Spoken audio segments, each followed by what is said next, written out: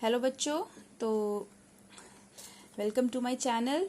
और आज का जो क्वेश्चन है वो क्वेश्चन नंबर 4 है, exercise 1.1 and chapter is number system.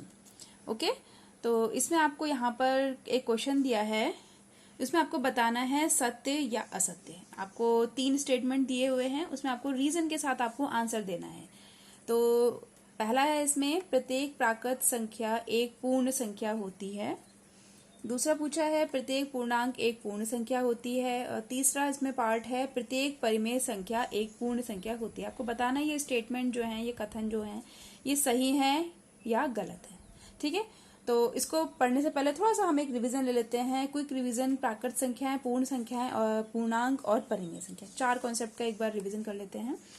तो ये मैंने एक वेन डायग्राम बनाया है। तो वेन डायग्राम में आप यहाँ पर देख रहे हैं, ये मैंने एक परिमेय संख्या से एक सर्कल बनाया है। देख रहे हैं आप लोग, परिमेय संख्या। ठीक है, तो सबसे पहले प्राकृतिक से शुरू करते हैं। तो सबसे पहले प्राकृतिक संख्या का सर्कल है, तो 1 2 3।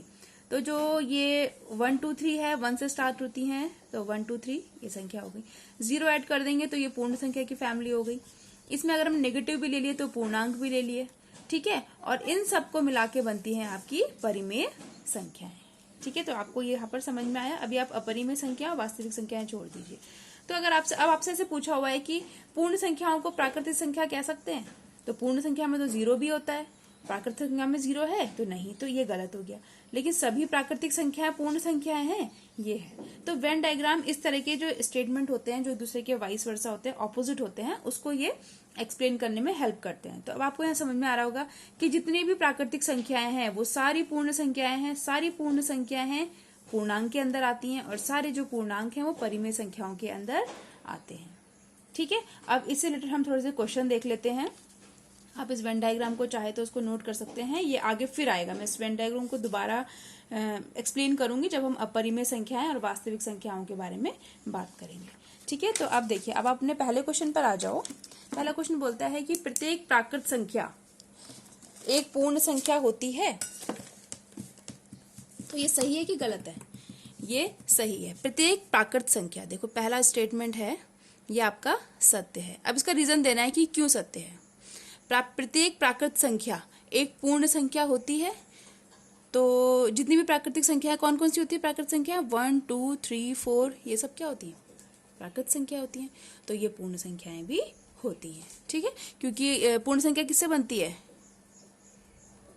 शून्य तथा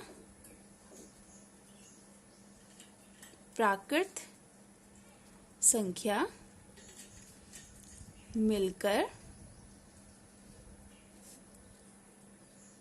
पूर्ण संख्या बनाती है।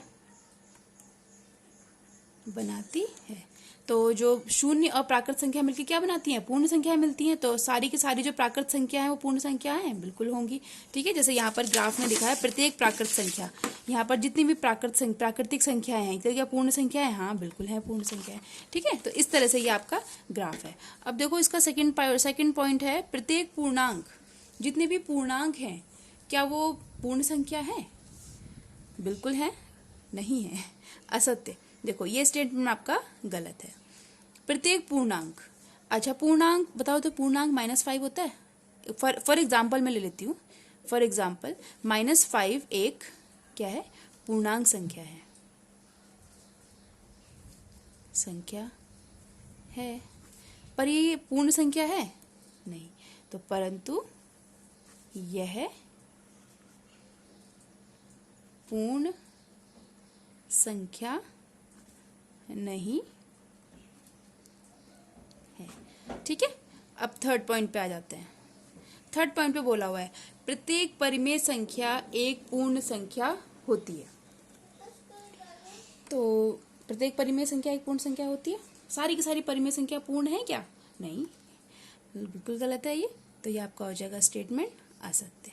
ठीक है, फॉर एग्जाम्पल प्रत्येक परिमेय संख्या की बात करना, तो जो आपकी परिमेय संख्या होती है वो तो माइनस में भी होती है, -5 भी होती है, -3/5 भी होती है, 7/5। ये सभी क्या है? परिमेय संख्या हैं परंतु पूर्ण संख्या नहीं है। आई बात समझ में? ये सारी की सारी परिमेय तो है लेकिन पूर्ण संख्या नहीं है। कि पूर्ण संख्या कैसी होती है आपकी 0 1 2 3 4, उसमें नेगेटिव तो होता ही नहीं है और ना ही फ्रैक्शन होता है। ठीक है, तो आपको समझ में